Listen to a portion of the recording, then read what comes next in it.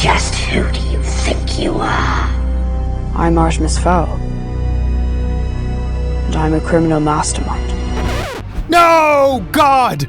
No! Can I get some fairies to erase my memories of this movie?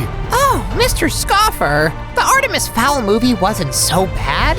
It had, okay directing, fair imagery, and some interesting visual effects. Okay, that's pretty much it. I give up. This kid's movie is a disaster. It hurts the hearts of every fan of the Artemis Fowl books, Mr. Fullylover. The stupidity of what we see on the screen throughout the whole movie could insult the intelligence of a troll. And to think that if only the creators of the movie had followed the plot of the first book in the series, we would actually have enjoyed the whole thing.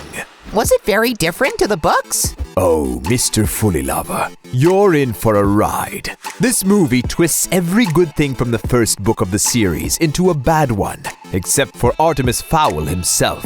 Mr. Underage Criminal Mastermind in the movie is all talk and no action, while in the book, spoiler alert, Artemis Fowl is an anti-hero. He is the villain of his very first story. He snatches the Book of the People, which hides all the fairies' rules, traditions, and secrets from one of the fairies. Then, he captures Holly Short, captain of the LAP, because he needs a hostage to get his hands on the fairies' gold and uses their rules and weaknesses to get what he wants. He doesn't have a single noble reason for doing it, and he doesn't look for a freaking Aculos. There is no such artifact in the books. He doesn't look for the Aculos? Wasn't it necessary to rescue Artemis's father?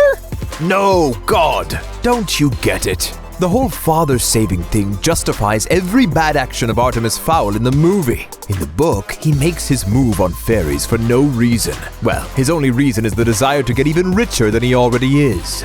In the movie, even though he kidnaps Holly Short, who doesn't have anything to do with his father's kidnapping, he strikes back at the fairies that stole his father from him. How is that supposed to make him a criminal mastermind? And just so you know, Artemis's father is MIA and considered to be dead in the first Artemis Fowl book. What? But the whole movie is centered around Artemis saving his dad. What is his ultimate purpose in the book then? Gold. Fairies' gold. I've told you that already.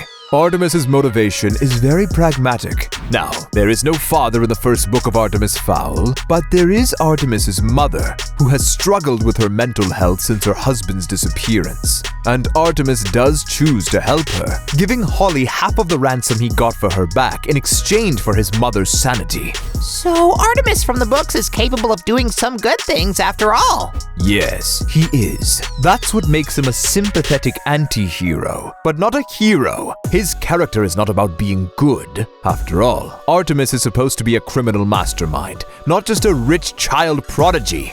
By the way, in the books, Artemis's father was a criminal mastermind himself. He disappeared after the Russian mafia attempted to take him down, after he tried to strike some business deals on their territory. But he was not a writer and knew nothing about fairies, so the fact that Artemis's father collected all these multiple fairy artifacts and knew so much about the fairy world in the movie not only takes away one of the basic proofs of Artemis being a genius, because in the book Artemis collected all the necessary information on his own, but it also makes us wonder, did he earn all his riches by writing books, or was he simply an aristocrat? This then takes away Artemis's legacy of coming from a long line of criminal masterminds. That makes sense, but I am confused. Weren't Holly's father and Artemis's father friends? Nope. These two men had nothing in common, and I have no idea why the movie added this detail.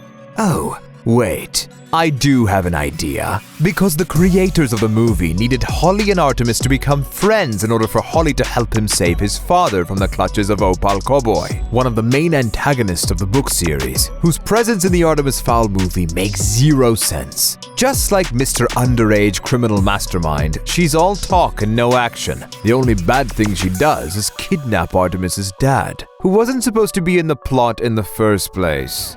Oh my. The plot of this movie does have a lot of unnecessary and irrational twists and details. The worst thing is that many of the twists and details, borrowed from the book, did make sense until they were ripped out of context. For example, no one explains how fairy rules work or how Artemis Fowl exploits them. which is proof of him being a genius, by the way. The time freeze that works one way in the books works in two completely different ways in the movie, by freezing the time inside the time freeze zone and by freezing it outside the time freeze zone. The time freeze collapse is also supposed to be dangerous in the movie, which leaves it unexplained why Artemis Fowl and the Butler siblings remain unharmed after the time freeze does collapse. What was the panic about? In the book, the fairies were going to use a biological bomb that would wipe out all living creatures, but would keep the buildings and landscape unharmed on Fowl's Manor, so they could get their gold back after the time freeze collapsed. That's what I call a reason to be frightened. A biological bomb sounds a little bit too dark for a kid's movie. Maybe the creators weren't sure whether it was appropriate. But yes, that would definitely make more sense than a time freeze collapse that left everyone in the house unharmed. But one of the biggest disappointments of the movie is how the movie treated the characters. It's not just about Artemis Fowl not being a villain. It's about how Domovoy Butler never got to show the level of the badassness he showed in the book. It's about Foley being the king of sass in the book, but not in the movie. In the book, Butler took a troll down in a one-on-one battle, even though Holly healed him after the first wound in order for him to do that. In the movie, he only got a ridiculously long dying scene and never got to show his one-man army potential. In the book, Foley is a tech genius who is so irreplaceable that he can even taunt Commander Root without serious consequences. In the movie, he is just a centaur who does tech.